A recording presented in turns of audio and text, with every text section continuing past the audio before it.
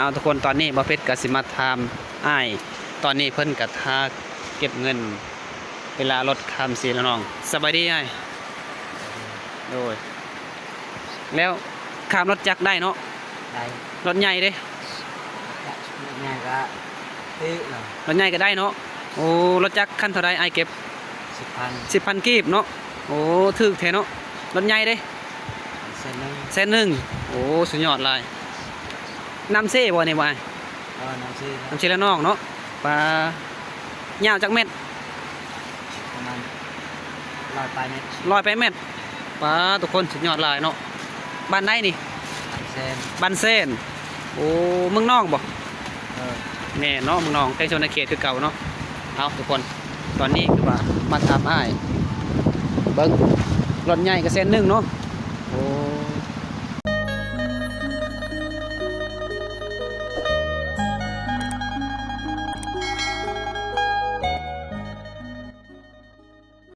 นี่ตอนนี้ก็ได้อยู่กับน้องเขตเมืองโตยเฮาก็ไปไข่ปลาขย่องทุกคนมื้อนี้ก็คือว่าได้เจอผู้สาวได้ชื่อขนมแล้วก็เฮาก็ต้องได้อยู่บ้านโฮมก่อนเนาะอยู่ห้วยเขตบ้าน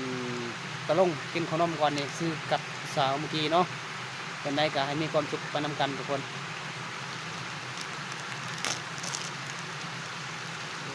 มาเด้อมากินขนมนำกันเด้อ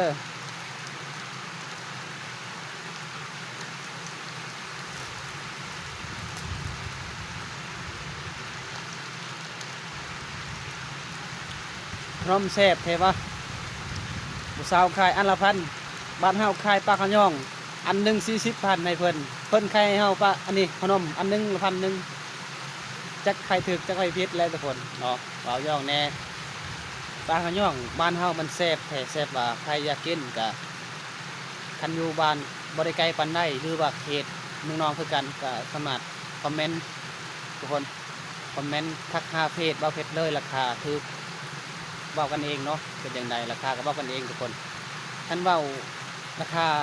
สูงกับยันพี่น้องเฮาซื้อบ่ได้แต่ราคากับบ่ได้สูงปานใดดอกทุกคนคือเนาะถ้าอยากกินแค่ต้องทักหาเพจเบาเพชรเลยเนาะและเบาเพชรก็สิติดต่อทุกคนแล้วก็คันซื้อไล่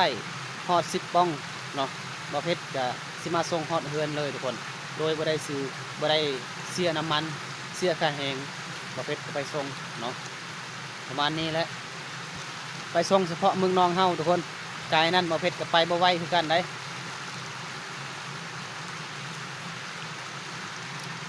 เดี๋ยวได้เอ้ยมีความสุขบ่แม่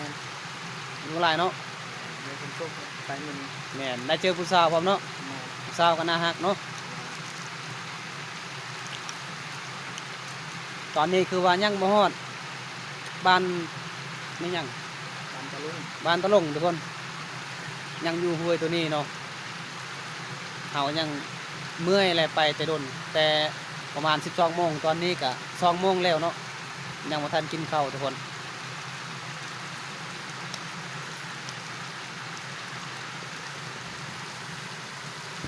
เอาสวัสดีทุกคนตอนนี้ก็เป็นกำลังสิเมื่อขายปลาขย่องอันนี้คือว่าเซรน้องบานเส้นทุกคนเนาะบานเส้นเมืองนองแขวงสวรรณเขตเป็นสะพานปูแบบนี้เลยทุกคนคือกันกับสะพานบานอลองเห็นบ่ม่วนลายสุดยอดลายวันนี้ประเภทกันไปขายปลาขย่องไปเบิดทั่วบ้านเลยตอนนี้ไกลสิเบิดแล้วบรรยากาศตอนแรงทุกคนประเภทกันสิเมื่อเห็นบ่บรรยากาศตอนแรงที่นี่คือว่าสะพานชิลน้องอยู่บ้านเซนเมืองนองแขวงสวรรณเขตทุกคนม่วนลายเห็นบ่ปลาสุดยอดลายนี่เห็นประมาณนี้เลยทุกคนประเภทจะข้ามชิลน้องคือว่ารถจักรเขาเอา10,000 กีบเนาะคำว่าอยู่แกงอล่องเขาเอาประมาณ15,000 กีบอันนี้อยู่บ้านเซนกว้างประมาณ200 เมตรทุกคนมวนลายเนาะธรรมศาสตร์บ้านนี่โอ้จนเบิดคำสิว่าเลยทุกคนประมาณนี้แหละถ้าเห็นคลิปนี้ก็อย่าลืมครับเป็นกำลังใจให้เราเพชรเด้อตอนนี้โอ้มวนลายทุกคนจนเบิดคำสิว่าเลย อย่าลืมกำลังใจให้บ่าวเพชรเด้อถ้าคลิปนี้ถูกใจก็อย่าลืมไปติดตามน้ำเนาะบ่าวเพชรไปพายปลาขาวย่องบ้านเฮาราคาบ่แพงดอกทุกคนถ้าใครจะกินก็คอมเมนต์เนาะหรือว่าทักหาเฟซหรือวอนแอปบ่าวเพชรก็สิติดต่อและถ้าเอาไลน์บ่าวเพชรก็สิไปส่งอยู่เฮือนเลยเฉพาะเมืองนองใกล้สวรรณเขตเฮาเมืองอื่นบ้านอื่นถ้าไกลฮอดเมืองนองไกลจากเมืองนองหรือไกลจากบ้านค่อยถ้าไปบ่ฮอดแปลว่าถ้าไปแบบมันบ่คุ้มค่าบ่เพชรก็บ่ส่งเนาะแต่ว่าถ้าไปแบบแถวบ่เพชรเคยไปเนาะไปส่งแน่นอนทุกคนปลาคำยองบ้านเฮากินแล้วแซ่บอีหลีเนาะตอนนี้คือว่าปันเที่ยวแกงศิลน้องเที่ยวบ่เพชรก็มาสิถามนี่เจ้าของเขาท่าเก็บเงินคำศิลน้องบ้านเฮาเนาะทุกคนเนาะคำศิลน้องบ้านแซนประมาณนี้แหละป้าทุกคนจนเบิดคำสิว่าวเห็นบ่บรรยากาศตอนแรงเห็นข้าพเจ้าก็ได้ขี่เรือและใส่หมองแน่บางคนก็ซักเสื้อผ้าอาบน้ำเห็นบ่เก่งก็บ่ได้ขึ้นลายปานใดทุกคนอันนี้จะเป็นสะพานข้ามศิลน้องบ้านแซนเด้อทุกคนเด้อประมาณนี้เลยเห็นบ่สุดยอดลายรถใหญ่เข้ารถใหญ่ก็ผ่านอันนั้นข้ามบ่ได้ทุกคนได้แต่รถน้อยรถจักรเห็นบ่รถใหญ่ก็ข้ามตามนี่เลยตามแกงนี่เลยเห็นบ่ทุกคนมีแต่รถจักรข้ามได้ประมาณนี้แหละเอาทุกคนตอนนี้บ่าวเพชรก็สิมาถามอ้ายตอนนี้เพิ่นก็ทาเก็บเงินเวลารถข้ามศรีละน้องสบายดีอ้ายโดยแล้วข้ามรถจักรได้เนาะ ได้ รถใหญ่เด้ ง่ายก็ตีเลย รถใหญ่ก็ได้เนาะโอ้รถจักรคันเท่าใดอ้ายเก็บ 10,000 10,000กีบเนาะโอ้ถูกแท้เนาะรถใหญ่เด้ เส้นหนึง แสนหนึ่งโอ้สุดยอดเลยน้ำเซ่บ่นี่บ่อ้าย น้ำซี น้ำเชลน้องเนาะปลาเหยาวจากเม็ด ประมาณ100ปลายเมตร 100 เม็ดปลาทุกคนสุดยอดหลายเนาะบ้านไหนนี่ เส้น บ้านเส้นโอ้เมืองน้องบ่ เออ แน่เนาะเมืองน้องใกล้ชนเขตคือเก่าเนาะเอาทุกคนตอนนี้คือว่ามาถามอ้ายเบิ่งรถใหญ่ก็แสนหนึ่งเนาะโอ้สุดยอดหลายสะพานบ้านแสนเมืองน้องแขวงสวรรณเขตบ้านเฮาทุกคนแบบนี้เลยป้าคือกันกับบ้านอาหลองทุกคนสุดยอดเลยรถใหญ่ก็ไปได้รถน้อยก็ไปได้เนาะแต่เพิ่นก็คือบ่ได้เสียเงินเพราะว่าข้ามตอนนี้คือว่าข้ามแกงได้น้ำมันได้ลึกปานใดน้ำเตือนเพิ่นก็ข้ามแกงไปเลยทุกคนเนาะแบบนี้เลยเนาะรถใหญ่ก็ไปได้ทุกคนป้าจนเมื่อคำสีว่าวว่าเผ็ดเนาะม่วนหลายบ้านเขตนี้ประมาณอายเฮ็ดจักมือจังแล้วในหมู่บ้านเฮ็ดอาทิตย์หนึ่งป้าพอมันยาวเกินเนาะเฮ็ดก็ยากหน่อยเนาะโอ้สุดยอดหลายความสามัคคีฮักแพงกันในหมู่บ้านนี้ทุกคนเกิดเบิดคำสิว่าวเลยเอาขอบใจหลายๆเด้อไอ้เด้อเอามีใบแน่ใบซีนี่โดยขอบใจหลายๆมื้อหน้าพบกันใหม่สวัสดีทุกคนตอนนี้มาเป็นกับ ไล่ข้ามสะพานเสือน้องบ้านเซนยาวว่าไปเม็ดทุกคนเป็นยังไงกันมีความสุขหลายมาไปคลิปนี้ฝากกดไลค์กดแชร์ติดตามเด้อมาเป็นกันสิเมื่อแล้วเดี๋ยวมาเป็นกันสิจ่ายเงินให้ถ้าเอาเงินเนาะเงินกับทึกใจเลยทึกใจแท้ทุกคนเพิ่นเก็บกับบ่ไล่เนาะแต่เฮาเสียกับทึกใจเพราะว่าพอเสียดีกว่าเฮาคานอยู่แก่งเนาะเวลารถเทกมันอันตรายกว่าทุกคน10,000กีบนี่คือว่าสุดยอดบ่แพงปานใดดอกทุกคน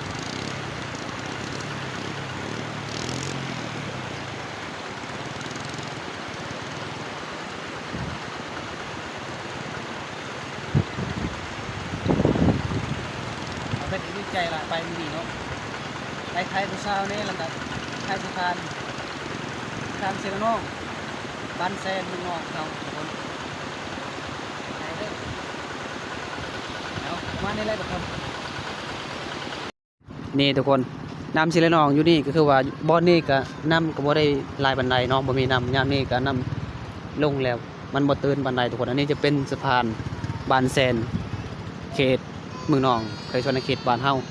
อยู่นี่ก็คือว่ามีแต่ดินทรายทุกคนป้าไปเที่ยวมาเล่นมาเที่ยวมาเล่นมาแอนอยู่นี่ก็คือว่าสุดยอดหลายเนาะคือว่าบรรยากาศตอนแรงมื้อนี้บ่เฮ็ดก็ไปก็ดีใจหลายอ้ายก็สุดยอดมีแน่เอื้อยก็ซักเสื้อผ้าอาบน้ำอาบในบางคนก็ใส่หม้องมีปลาหลายชนิดคือกันน้ำเสียน้องคือกันอยู่นี่ทุกคนป้าจนเบิดคำสิเว้ามื้อนี้บ่เฮ็ดก็ไปค่ายปลาขายองก็สิเบิดแล้วยังเหลือแต่4อันเนาะค่ายก็แต่เช้านี้ประมาณ12 โมงว่าเฮ็ดไปทุกคนรวมทั้งหมดก็30 อันเนาะตอนนี้ยังเหลือแต่4อันใกล้สิเบิดแล้วทุกคนเอาใครเห็นคลิปนี้อย่าลืมมาส่งมาฟังเด้อทุกคนเด้อเห็นบ่ม่วนหลายได้ธรรมศาสตร์บ้านเฮาโอ้ยจนเบิดคำสิเว้าเลยทุกคนอันนี้จะเป็นรถเฮาไปมื้อนี้แหละเอาสบายดี สบายดี เป็นแนวใดรู้สึกม่วนบ่ ม่วนให้ ม่วนเนาะไปมื้อนี้เนาะ แม่ โอ้ไปเฮ็ดหยัง ไปค่ายปากกาโน ปลาขายอง แม่ โอ้ตอนนี้เฮาก็ได้ข้ามสะพาน